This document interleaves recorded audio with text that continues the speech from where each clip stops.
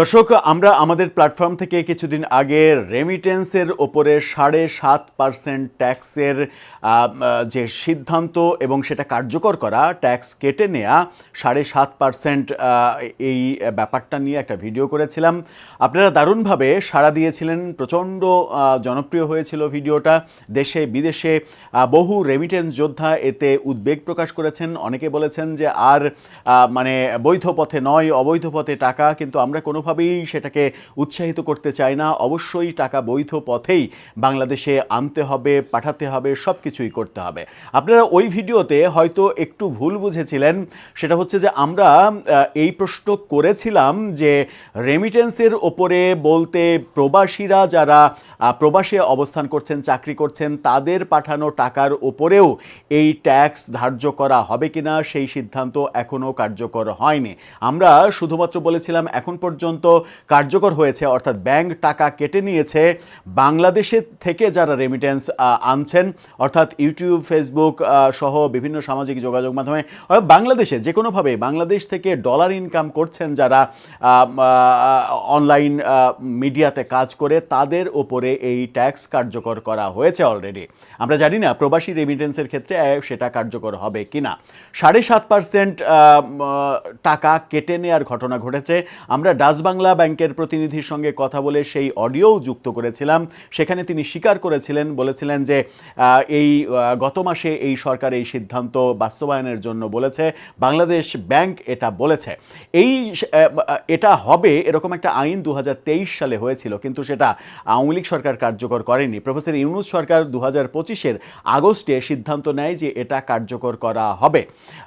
মানে আওয়ামী লীগের কোনো কিছুই তাদের পছন্দ না, কিন্তু এই আইনটা তাদের পছন্দ হয়েছিল, তারা কার্যকরের সিদ্ধান্ত নিয়েছিল। মানে মানুষ শোষণ করা, মানুষ তোষণ করা, এই আইন আওয়ামী লীগের এটা তাদের পছন্দ হয়েছিল, অথচ এই আইনটাকে ছুঁড়ে ফেলার কথা ছিল।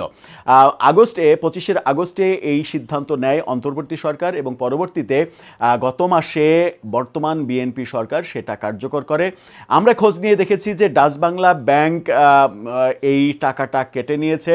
আমরা ইসলামী ব্যাংকের খোঁজ নিয়েছি, ইসলামী ব্যাংক এই টাকাটা কাটেনি। তাহলে প্রশ্ন জাগে, ডাচ বাংলা ব্যাংক বাংলাদেশ ব্যাংকের কথা শুনলো, টাকা কেটে নিল, এমনকি আমাদের প্ল্যাটফর্ম পলিটিক্স টিভির যে প্ল্যাটফর্ম, সেই প্ল্যাটফর্মের টাকাও কেটে নিয়েছে। এরকম মানে আমি নিজেই আপনাদের সামনে সাক্ষ্য দিচ্ছি যে 7.5% ট্যাক্স এটা কোনো ধরনের ইনফরমেশন ছাড়া শুধুমাত্র কেটে নিয়ে একটা মেসেজ পাঠিয়েছে মোবাইলে।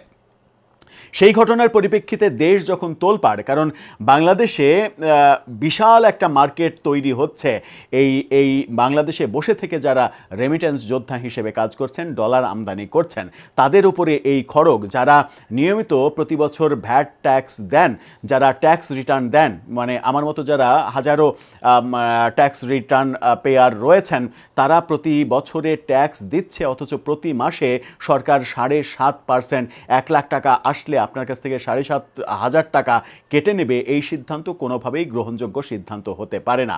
এটা সরকারের জন্য বুমেরাং হবে। কিন্তু এখন পর্যন্ত আমরা সরকারের কোনো স্পেসিফিক বক্তব্য পাইনি, যদিও প্রধানমন্ত্রী তারেক রহমান তিনি বলেছেন যে এই ট্যাক্স কাটা হবে না। কিন্তু ব্যাংক ইতিমধ্যেই যে টাকা কেটে নিয়েছে, সেই টাকা কি ফেরত দেওয়া হবে, নাকি সেই টাকা মানে আল্লাহর নামে কোথাও বরাদ্দ হয়ে যাবে, নাকি ওই কিছু কিছু ইউটিউবাররা আছেন না, কথায় কথায় বলেন জয় বাংলা করে দেব, এই টাকার কি জয় বাংলা হয়ে যাবে? ব্যাপারটা আমরা কনফিউজড। প্রধানমন্ত্রী কি বলছেন, কি তার বক্তব্য কেন বাংলাদেশ ব্যাংক শুনছে না? অন্য ব্যাংকগুলো মানে ডাচ বাংলা ব্যাংক কাটলেও অন্য ব্যাংকগুলো কেন টাকা কাটছে না? এই ভাঁওতামিগুলো কেন শুরু হচ্ছে, কেন চলছে, কেন চলতে দেয়া হচ্ছে? চলুন একটু জেনে দেখি প্রধানমন্ত্রীর বক্তব্যটা কি আর বাস্তবতাটা কি। তাহলে কি আমরা এরকমটা বুঝবো যে প্রধানমন্ত্রীর কথাকেও বাংলাদেশ ব্যাংক কিংবা ব্যাংকগুলো পাত্তা দিচ্ছে না? থাকবেন পলিটিক্স টিভির নিয়মিত আয়োজনে।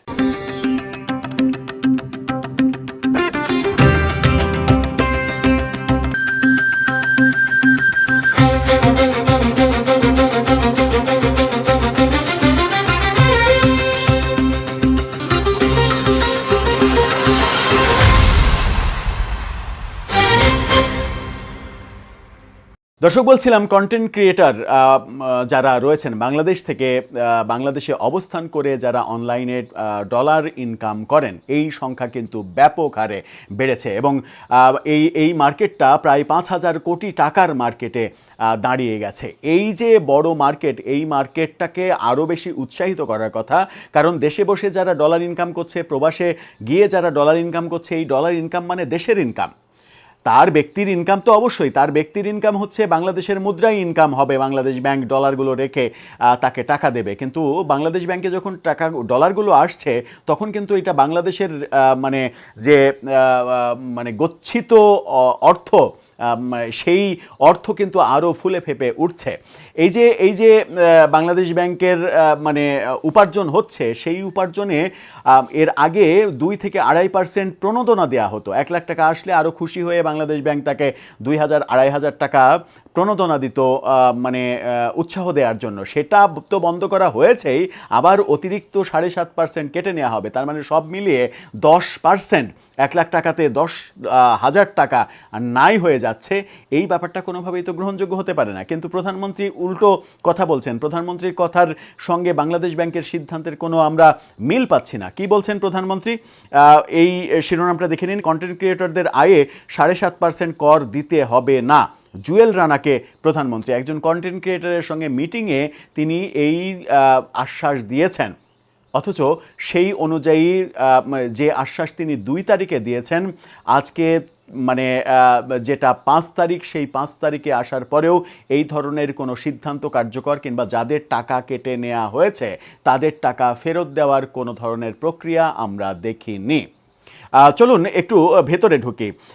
দেশের ফ্রিল্যান্সার ও কন্টেন্ট ক্রিয়েটরদের আয়ের উপরে প্রস্তাবিত 7.5% কর আরোপ করা হচ্ছে না। জনপ্রিয় ফেসবুক পেজ চিত্ত মিডিয়ার প্রতিষ্ঠাতা কন্টেন্ট ক্রিয়েটর জুয়েল রানাকে এই ব্যাপারে আশ্বস্ত করেছেন প্রধানমন্ত্রী। সচিবালয়ে জুয়েল রানাকে ডেকে এক বিশেষ সাক্ষাৎকারে প্রধানমন্ত্রী এই সিদ্ধান্ত এবং তরুণদের প্রতি সমর্থনের কথা জানান। কৃষি, প্রকৃতি এবং সাহিত্য বিভিন্ন বিষয়ে এই তরুণ কাজ করেন। এই সাক্ষাৎকারের শেষে গণমাধ্যমকে দেয়া এক সাক্ষাৎকারে জুয়েল রানা প্রধানমন্ত্রীর সঙ্গে তার মানে গুরুত্বপূর্ণ কনভারসেশনের কথা বলেছেন। জুয়েল রানা বলেছেন, ফ্রিল্যান্সার ও কন্টেন্ট ক্রিয়েটরদের উপরে 7.5% কর আরোপের গুঞ্জনটি নিয়ে তিনি সরাসরি প্রধানমন্ত্রীর কাছে প্রশ্ন করেছেন। এটি কতটা সত্য? বিষয়টি শোনার পর প্রধানমন্ত্রী তারেক রহমান তাৎক্ষণিকভাবে সংশ্লিষ্ট ঊর্ধ্বতন কর্মকর্তাদের কক্ষে ডেকে আনেন এবং পুরো বিষয়টি খোঁজ খবর নেওয়ার নির্দেশ দেন। একই সঙ্গে তিনি সাফ জানিয়ে দেন, তরুণদের আয়ের উপরে এমন কোনো কর আরোপ করা হবে না। জুয়েল রানা বলেন, প্রধানমন্ত্রী আমাকে বলেছেন এরকম কিছুই হতে দেয়া হবে না। তরুণরা এই যে ডলার আনছে এটাই যথেষ্ট, তাদেরকে বরং আরও উৎসাহিত করা উচিত। তার বিপরীতে তার কাছ থেকে ট্যাক্স আদায় করা, তাও সেটা 7.5%, এটা হবে না, এটা নিশ্চিত করেছেন প্রধানমন্ত্রী। কিন্তু এখন পর্যন্ত আমরা এই ব্যাপারে বাংলাদেশ ব্যাংকের সিদ্ধান্ত কিছুই দেখছি না, কোনো প্রজ্ঞাপন দেখছি না, কোনো কিছু দেখছি না। এমনকি যে 7.5% ট্যাক্স কেটে নেওয়া হয়েছে এই রেমিটেন্সের উপরে, সেই ব্যাপারেও আগে কোনো প্রজ্ঞাপন দেওয়া হয়নি, গোপনে গোপনে এই কাজটা করা হয়েছে। আমরা যখন ডাচ বাংলা ব্যাংকের প্রতিনিধির সঙ্গে কথা বলেছিলাম, তখন তারা বলেছে বাংলাদেশ ব্যাংক তাদেরকে জানিয়েছে, তাই সেটা করেছে। আমরা ডাচ বাংলা ব্যাংকের আরেক ম্যানেজারের কথা আরেকটা অনলাইন প্ল্যাটফর্মের মাধ্যমে জেনেছি। তিনি বলছেন যে মানে তাকে প্রশ্ন করা হয়েছে, ইসলামী ব্যাংক কাটছে না, অন্য ব্যাংক কাটছে না, আপনি কেন কাটছেন? উনি বলেছেন যে ওদের সফটওয়্যার এত উন্নত না, ওরা সাথে সাথে সেটা অ্যাপ্লাই করতে পারেনি, আমাদের সফটওয়্যার উন্নত, আমরা সাথে সাথে অ্যাপ্লাই করেছি, তাই আমাদেরটা কাটা হয়েছে। মানে হাস্যকর সব যুক্তি, অথচ তিনি কোনো কাগজপত্র দেখাতে পারেননি। প্রশ্ন আমরা এর আগের ভিডিওতে করেছিলাম, আমার কাছ থেকে যে 7.5% কাটা হচ্ছে, হোয়ার ইজ মাই ডকুমেন্টস? আমি তো এটা যদি দিই তাহলে তো আমি কর দিচ্ছি, করের তো এনবিআরের সার্টিফিকেট আমাকে দিতে হবে। আমি প্রতি মাসে আমার ইনকামের 7.5% দেব, এই আইন কি সরকার করতে পারে?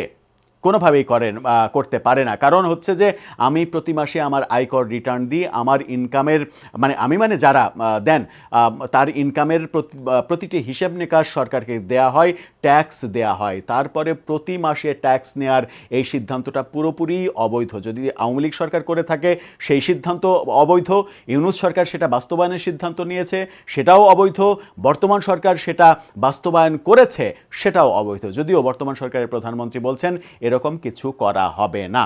আমরা আশ্বস্ত হতে চাই, আমরা এটা নিশ্চিত হতে চাই যে যাদের টাকা কেটে নেওয়া হয়েছে তাদের টাকা আবার অ্যাকাউন্টে ফেরত দেয়া হবে। কারণ এই ধরনের কর্মকাণ্ড চলতে পারে না। বাংলাদেশের এই মুহূর্তে সব থেকে উজ্জ্বল সম্ভাবনাময় যে সেক্টর, ডলার ইনকাম করার যে সেক্টর, সেই সেক্টরকে এভাবে গলা টিপে মেরে ফেলার অধিকার কোনো সরকারের থাকতে পারে না। দর্শক, আপনার মতামত জানিয়ে লিখতে পারেন এ ব্যাপারে আমাদের কমেন্ট বক্সে।